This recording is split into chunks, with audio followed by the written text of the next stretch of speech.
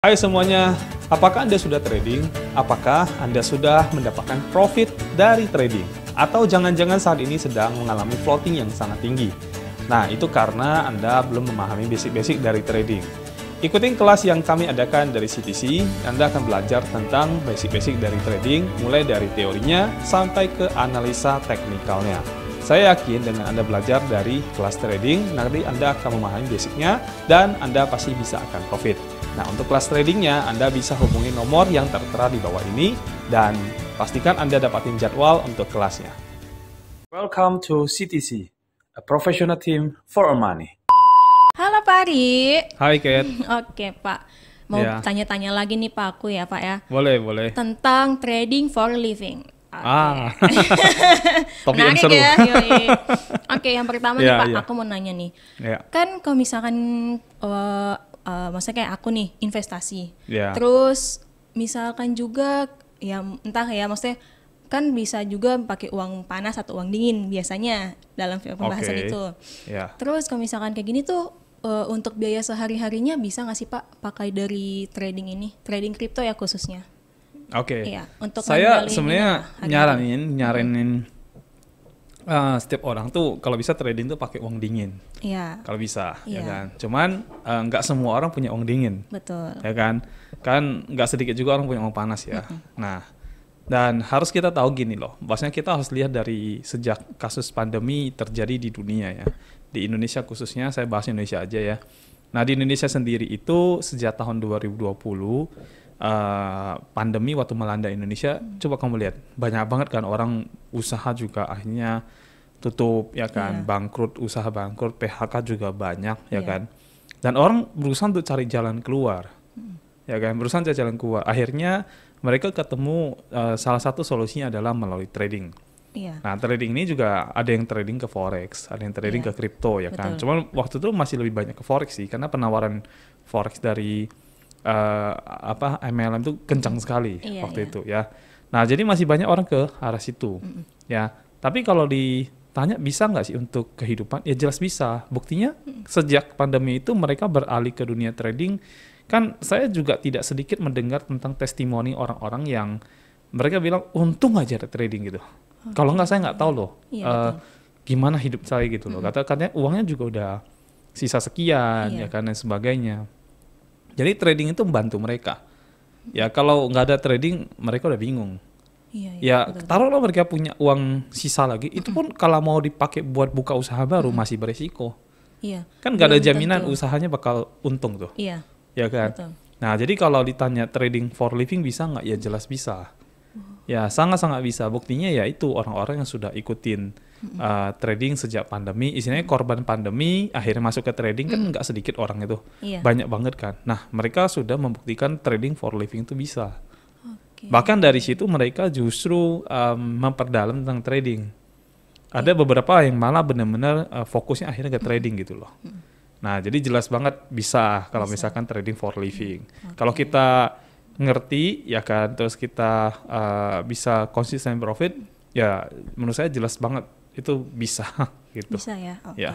Nah nih Pak, terus kalau misalkan menurut Pak Ari nih, kalau dunia trading kripto ini tuh oke banget nggak sih? Kalau misalkan presentasinya Bapak mau presentasiin itu dari berapa ke berapa lah gitu? Saya bilang sih oke ya. Ya balik lagi deh, kan kita bicara trading for living nih ceritanya ya kan. Nah kalau misalkan kita bilang oke nggak sih profit dari trading, saya bilang sih oke sekali ya. Sekarang gini deh, kalau kita buka usaha, coba belum apa-apa kita harus bayar uang sewa. Dan kamu harus tahu loh, uang sewa itu hangus loh.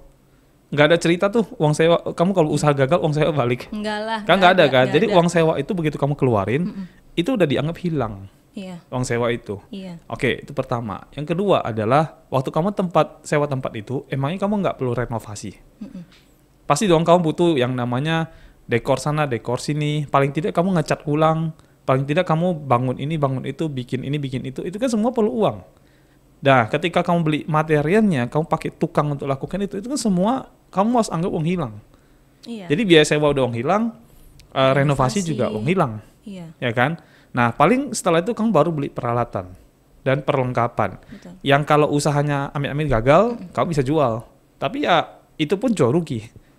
Nggak mungkin kamu beli meja harga 1 juta kamu jual lagi harga 1 juta. Iya. Siapa yang mau beli kan gitu. Nah, jadi kamu pasti jual rugi kan? Iya. Nah, jadi itu cost yang harus kamu keluarin ketika kamu bangun sebuah usaha. Belum lagi karyawan. Ya, karyawan. Belum lagi listrik berjalan. Belum lagi air yang harus kamu bayar dan bahan baku dan sebagainya.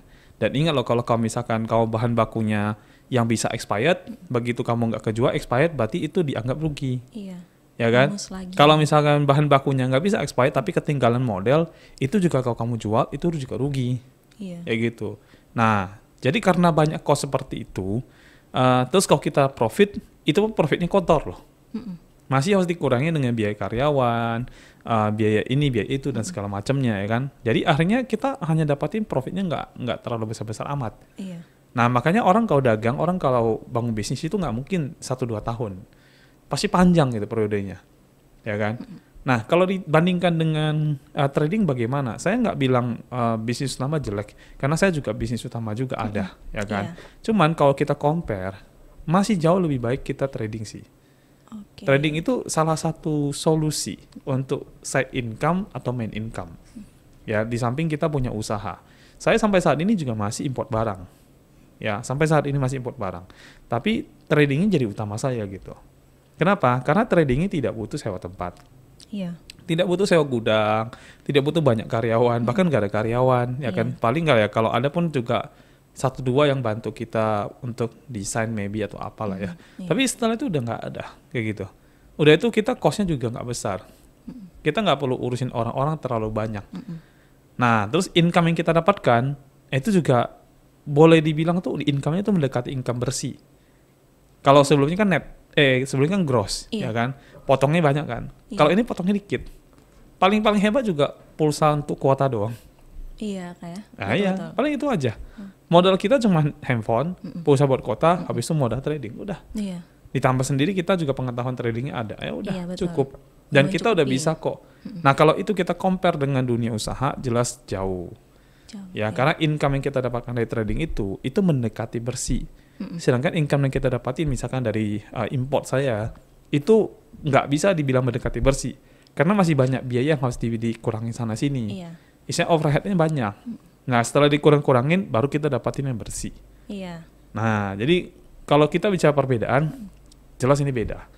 Terus yang ada lagi gini, kalau saya bicara dunia import ya, karena saya import barang. Iya. Kalau import barang, dari uang yang saya keluarin untuk import, sampai saya terima uang lagi, itu bisa jarak range-nya itu maksimal sampai 6 bulan loh. Dari sejak waktu pertama kali saya keluarin modal. Waktu saya keluarin modal, misalnya saya import barang dari luar negeri, ya kan. Terus waktu saya pesan barang, butuh waktu sebulan untuk bikinnya. Itu baru bikin. Iya. Nah, habis itu pengiriman ke Indonesia butuh sebulan. Iya, butuh waktu lagi. Iya, betul. Ya kan, dan kamu tahu sendiri dong, pasti banyak cost dong, banyak biaya dong. Pasti. Itu. Nah, begitu nyampe Indonesia 2 bulan, nyampe gudang, belum lagi dikirimkan ke klien kita. Iya. Nah, waktu dikirimkan ke klien kita, masih utang lagi. Iya. 1,5 bulan, 2 bulan, 3 bulan.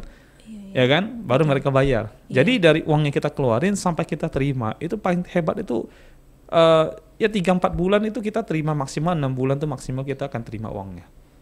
Jadi saya keluarin modal sekarang, nanti 6 bulan lagi 6 bulan kemudian. Ya, dengan catatan kalau semuanya habis. Iya. Kalau nggak habis, ya udah makin panjang. Betul. Nah, tapi kalau trading enggak. Kamu input hari ini, hitungan harian aja, kamu udah bisa profit dari sana. Dan profit kamu itu langsung bersih. Oke, iya. So, menurut gue itu oke banget. Oke. Nah, Pak, tapi kan di luaran sana nih banyak banget nih, Pak, yang trading yang scam lah, atau money game, gitu-gitu. Gini, industri yang lagi heboh, industri yang sangat menarik, itu pasti memunculkan orang-orang yang membuat serupa. Ya kan, ya KW-nya kemarin kita bahas juga kan, KW-nya. Dan KW ini ada yang memang bikinnya itu memang untuk sekedar menjiplak tapi dia benar, tapi ada yang bikin untuk penipuan, scam, ya kan. Dan celakanya lagi mereka menggunakan konsep MLM di dalam situ kan. Nah, makanya kemarin kan ingat nggak, kemarin kita sempat bahas kan tentang leader abal-abal kan. Iya. Ya, leader itulah yang akhirnya menjadi afiliatornya yang mempromosikan trading scam ini yang dibikin oleh si developer atau company itu. Nah, itu yang berbahaya. Ini yang perlu masyarakat jeli ya, ketika dia memang tertarik di dunia investasi, jangan asal masuk. Ya kan? Kalau asal masuk ya jelas lah kamu akan masuk ke, istilahnya kalau kamu buta, kamu ketemu orang nggak benar, dia tuntun kamu ke tempat yang kamu itu bisa masuk ke jurang gitu loh. Artinya kamu bisa kehilangan uang nih ceritanya. Nah, ini yang harus diperhatikan. Jangan sampai gara-gara kita mau trading, kita buru-buru mau trading, nah kita malah kacau gitu loh. Betul sih. Itu yang nggak boleh. Ya, memang gini, nggak bisa kita hindari lah. Satu industri kalau lagi berkembang, itu pasti banyak yang bikin. Nah, ada yang bikin tuh benar, ada yang bikin nggak benar. Jadi sangat wajar gitu loh, sangat wajar. Cuman kitanya yang mau invest itu mesti hati-hati. Jangan mudah tergiur dengan penawaran. Jangan sampai orang kasih penawaran yang terlalu bagus, kita main percaya-percaya hanya karena dia teman saudara dan ya mungkin keluarga dekat gitu loh. Ya jangan sampai seperti itu, akhirnya kita terjebak.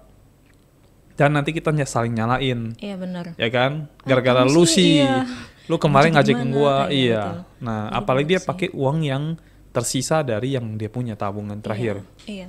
Nah, betul. Ada yang sampai jual rumah loh. Iya sih, gitu. Banyak pasti ada sih Pak. Saya baru dengar berita belum lama, nggak tahu kamu dengar nggak ya?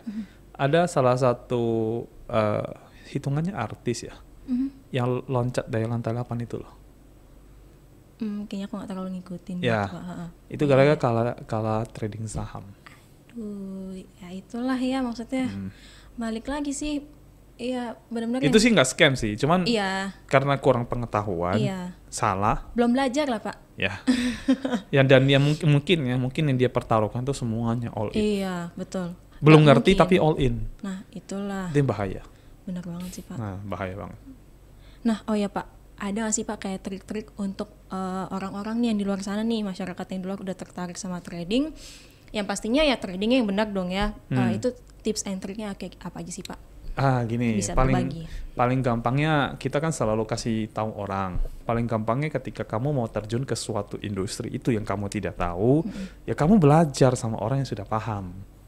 Ya kan? Kalau perlu cari tempat kursus atau tempat belajarnya. Kamu cari tempatnya. Kalau dapat tempatnya kamu belajar di situ dulu.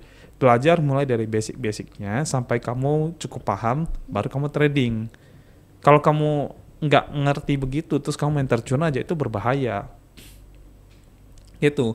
Waktu saya mau import barang nih, saya kan dulu nggak ada pengalaman import barang dan saya nggak ngerti import barang gimana caranya. Nah cuman saya punya teman-teman yang mereka tuh import barang gitu Kat. Saya punya teman-teman import barang, jadi waktu saya mau import barang, saya tanya teman saya bilang, ini kalau saya mau import barang tuh gimana caranya? Oh ada yang langsung bilang, kamu harus punya ini loh, surat izin untuk import barang itu loh. Sampai lupa-lupa namanya apa aja gitu loh, ya kan? Harus punya itu, terus harus bikin kode perusahaan kamu dengan kode import masih sama, kode barangnya masih sama, ya kan? Terus kamu udah ada punya untuk barang yang kamu import sendiri, ini barang apa? Oh barang ini nih, wah ini perlu izin. Harus mendetail ya. Ya bla bla bla. Jadi dari dia saya belajar. Nah, jadi saya belajar dulu sebelum saya datangin barangnya. Betul. Saya tanya-tanya dulu, ya kan. Terus kalau misalkan nanti barangnya udah saya kirim, itu nyampe-nya kemana? Oh, ke Tanjung Priuk nih. Misalnya Jakarta Tanjung Priuk. Dari Tanjung Priuk itu nanti harus kena begini. Iya, ada biaya-biayanya lagi. Oh, saya bilang banyak juga ya. Nah, setelah itu saya dapat hitung-hitungannya. Satu kontainer kira-kira berapa? Setengah kontainer berapa? Yang 20 feet berapa? 40 feet berapa? Hitung-hitung, oh iya ternyata gini. Nah, dari situlah baru saya belajar. Nah habis itu baru saya import, betul. Ya kan? Kalau misalkan saya nggak mau pakai jalur resmi, misalkan dulu, oh ada jalur yang kita pakai kubikasi, bagaimana? Oh ada begini-begini dikasih hitungan. Dari situ baru saya hitung-hitung dong. Nah setelah ngerti, baru saya import. Iya sih, betul-betul. Karena dulu kan saya belum ngerti import barang. Nah jadi saya belajar dulu. Setelah saya belajar, saya udah ngerti, saya import barang. Tapi kalau yang nggak ngerti, main import aja, terus barangnya nyangkut, nggak bisa keluar, gimana? Rugi loh.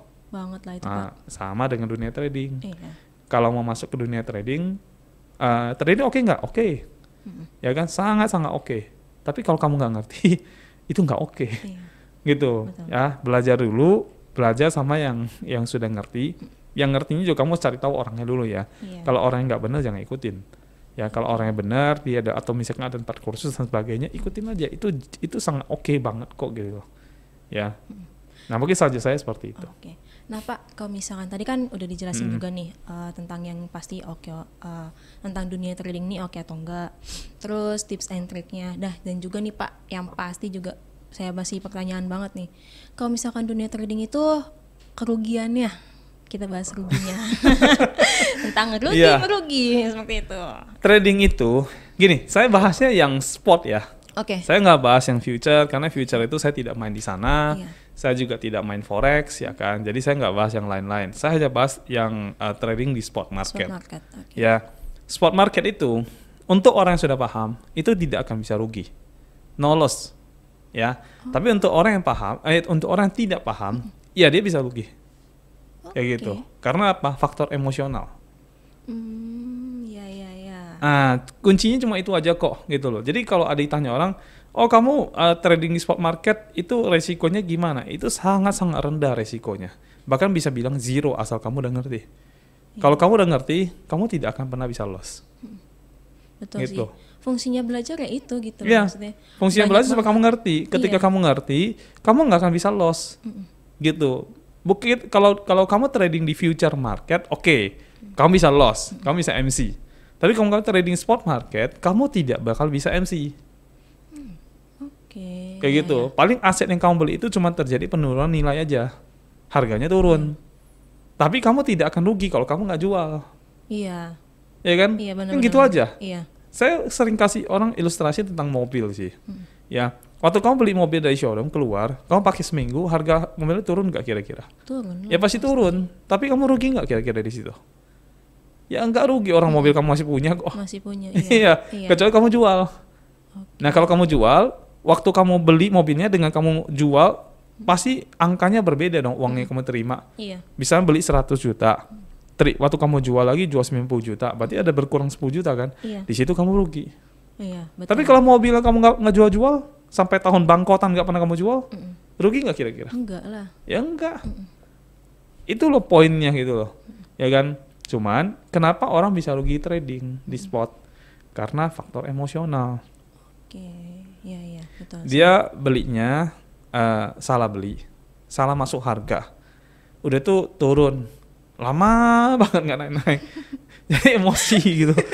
Iya, betul. Emosi. Udah kepancing ya. Udah kepancing gitu loh. Jadi udah bete. udah ngerasa kayaknya uang saya nyangkut lah, bla bla bla. Harus gimana nih gitu. Harus gimana lah. Nah, betul. Itu yang bikin orang emosi. Makanya kita bilang emosional kan. Iya. Di situ orang akhirnya memutuskan untuk ya udahlah, saya jual rugi gitu loh. Isinya saya jual. Nah, pas dia jual, ya jelas lah lu rugi waktu lu beli harganya segini terus turun harganya lu jual. Iya. Ya jelas kamu rugi, nggak mungkin kamu nggak rugi. Langsung pusing sendiri kalau misalkan harganya udah beda kan.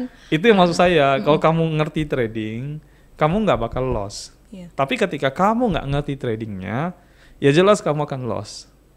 Kayak gitu. Makanya spot market itu termasuk trading yang sangat-sangat low risk.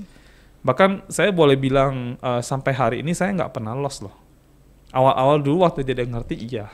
Tapi sampai sekarang udah nggak pernah loss saya. Iyalah. Yang ada saya punya saldo USDT-nya itu selalu bertambah dan selalu bertambah. Ya gitu. Tapi saya nggak pernah loss. Nggak pernah loss ya. Ya. Tapi koin yang saya beli turun harga ada nggak Pak? Ayo ada lah. Namanya kita trading di spot market, namanya floating itu ada, nggak mungkin nggak ada. Tidak ada orang yang dagang tapi nggak ada stok barang. Iya. Nggak ada cerita begitu. Pasti dia stok barang dan ketika barangnya bisa naik turun harganya, ya berarti kan nilai dia bisa naik dan bisa turun. Contoh deh minyak goreng. Kan lagi naik tuh harganya. Iya. Nah, coba lu beli sekarang, tiba-tiba minyak goreng turun. Iya sih.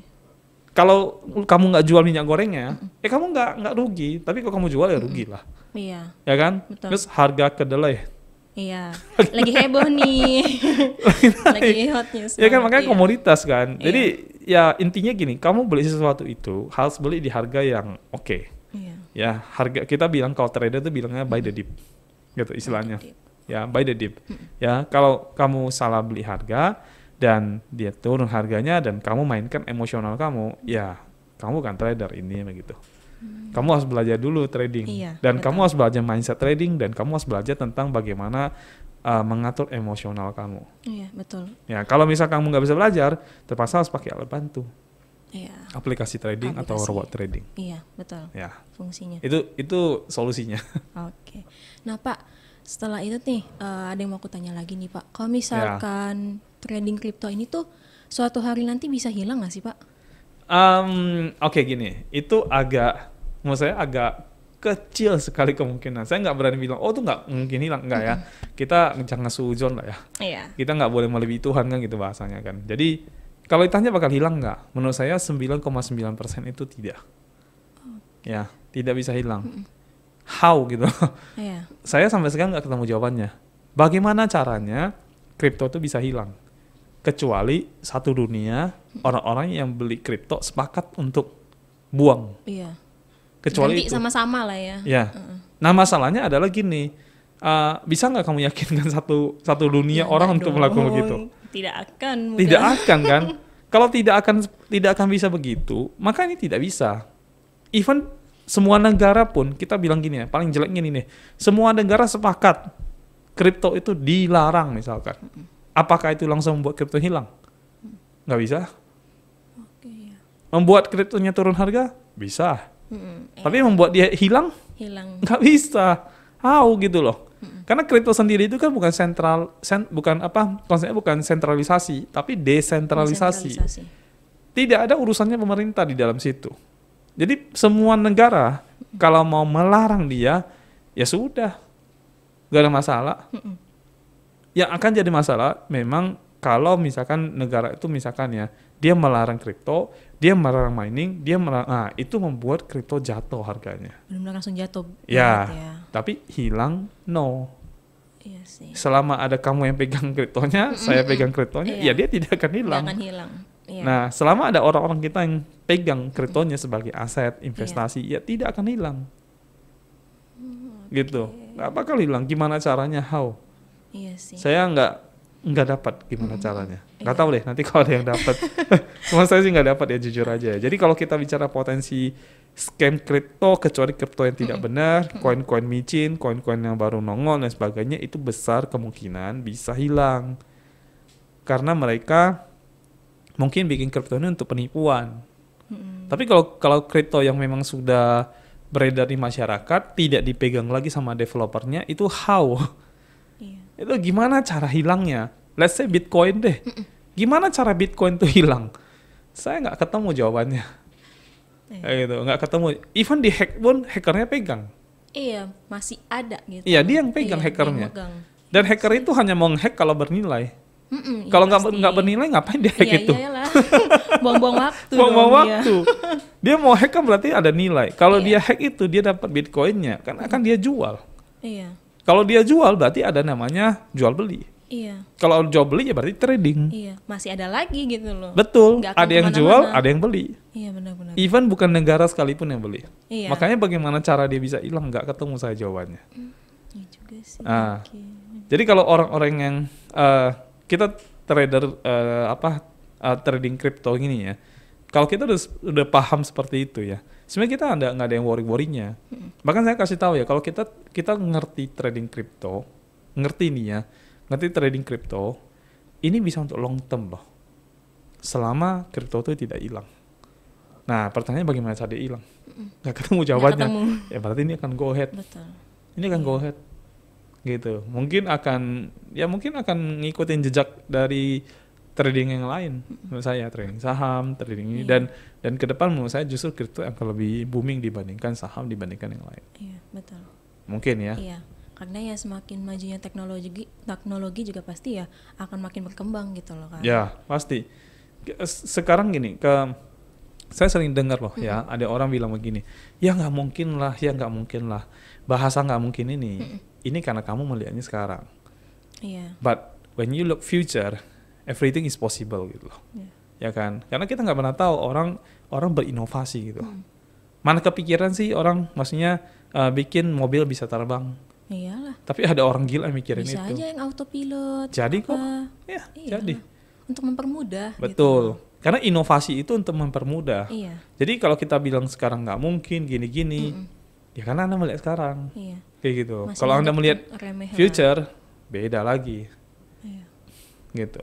Maksudnya seperti itu sih. Oke Pak, benar-benar dapat pencerahan sih aku hari ini. Oke, thank you Pak Ari. Welcome to CTC, a professional team for money.